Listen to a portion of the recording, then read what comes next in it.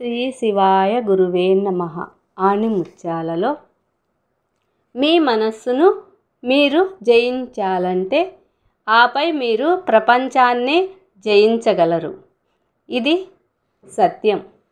కొద్దిదాకా ఈ వీడియో చూడండి. చాలా మీకు పనికి వచ్చే, ప్రతి ఒక్కరికి పనికి వచ్చే వీడియో. మీ మనస్సు మీరు జయించారంటే ఆపై ప్రపంచాన్నే జయించగలరు. అంటే మీరు మొట్టమొదటగా మార్చవలసింది ప్రపంచాన్ని కాదు, మీ మనస్సును. మనం ఎలా ఉండాలో అనుకుంటున్నామో అలాగే కనపడుతుంది. మన అంతర్గత ఆలోచనలు ఎలా ఉంటాయో మనం అలాగే కనిపిస్తాం. మనం నేర్చుకోవలసిన గొప్ప గుణపాఠం మన ఆలోచనలకు ఎంత ప్రాధాన్యత ఉందో గ్రహించటమే. మన ఆలోచనలకు సంబంధించిన ఫలితాలే మనల్ని నడిపిస్తాయి. మహాభారతాన్ని గమనించండి. ఆయా సందర్భాలలో కౌరవులు కానీ పాండవులు కానీ ఎలా ఆలోచించారో అలాగే జరిగింది వారికి. పాండవులను అరణ్యాలకు పంపాలనే దృఢ నిశ్చయంతో దుర్యోధనుడు జూదం ఆడాడు.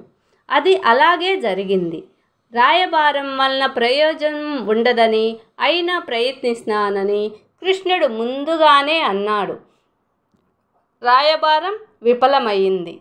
తన వంశం తుడిచిపెట్టుకుపోయినా సరే యుద్ధం చేస్తానని దుర్యోధనుడు అన్నాడు. చివరికి అలాగే జరిగింది.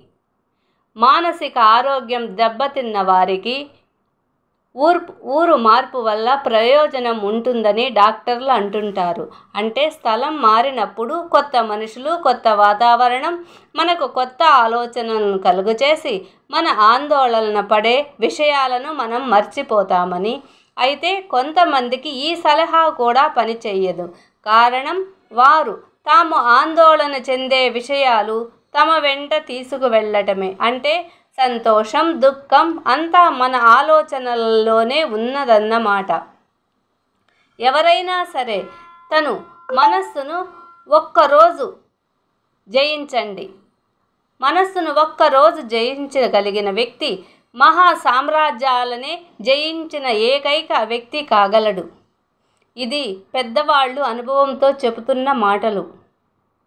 మీ ఆలోచనలు మీకు అనుకూలంగా మలుచుకుంటే ఏ సమస్య వలన మీరు ఆందోళన కలగదు. రోజంతా ఆలోచించే ఆలోచనల బట్టే మనిషి తయారవుతాడు.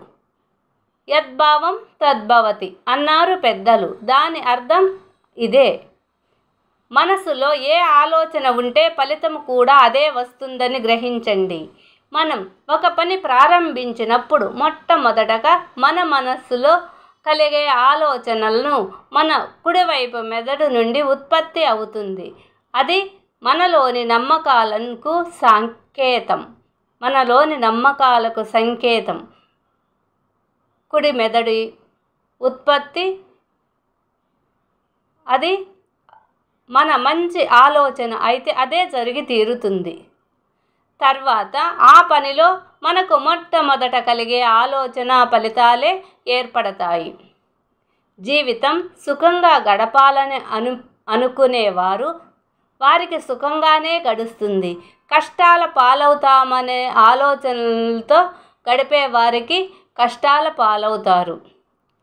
నిజంగానే కష్టాల పాలవలసి వస్తుంది. అందుకని ఆలోచనలను సంపూర్ణంగా మార్చుకోవాలి. భయాలు, ఆలోచనలు మనిషిని ఎంతకైనా దిగజారుస్తాయి. వాటిని మనసులో నుంచి తరిమి కొట్టాలి. ఇవి అనుభవంతో చెబుతున్న మాటలు. రోగాల పాలవుతామోనని ఆలోచిస్తుంటే నిజంగానే రోగాల పాలవుతారు. అపజయాలు ఎదురవుతున్నాయని భయపడుతూ ఆలోచిస్తూ ఉంటే అపజయాలే ఎదురవుతాయి. అంటే మనమేం ఆలోచిస్తున్నామో అదే జరిగి తీరుతుందన్నమాట. మన ఆలోచనలకు మన శరీరం స్పందించి అలాంటి ఫలితాలు వచ్చే విధంగా అది ప్రవర్తిస్తుంది. ఇది సైన్స్ పరంగా రుజువైన సత్యం. కనుక మీ మనస్సుల్లో ఆలోచన పరంపరలో అనుకూలమైన ఆలోచనలకే స్థానం ఇవ్వండి. వ్యతిరేక ఆలోచనలు మీ మదిలోనికి రానివ్వకండి. జాగ్రత్త పడాలి. వ్యతిరేక ఆలోచనలు రాకుండా జాగ్రత్త పడాలి. అంటే మీ ఆలోచనలపై మీకు పూర్తిగా అదుపు ఉండాలి. అందుకే మీరు నిరంతరం శ్రమించాలి. మీ మనస్సు మీరు జయించండి. ఆపై మీరు ప్రపంచాన్ని జయించగలరు. ఆణిముత్యాలను ఆదరించండి, షేర్ చేయండి, లైక్ చేయండి, సబ్స్క్రైబ్ చేయండి. ఈ వీడియో ప్రతి ఒక్కరికి షేర్ చేయండి. ప్రతి ఒక్కరికి ఉపయోగపడే వీడియో. చాలామంది కష్టాలను ఎదుర్కొంటూ ఉంటారు. ఆ కష్టాలు వాళ్ళ ఆలోచనల వల్లనే పుట్టాయి అని పెద్దవారు అంటారు. కాబట్టి ఎలాంటి పరిస్థితుల్లో అయినా మంచి ఆలోచనలు చేయండి.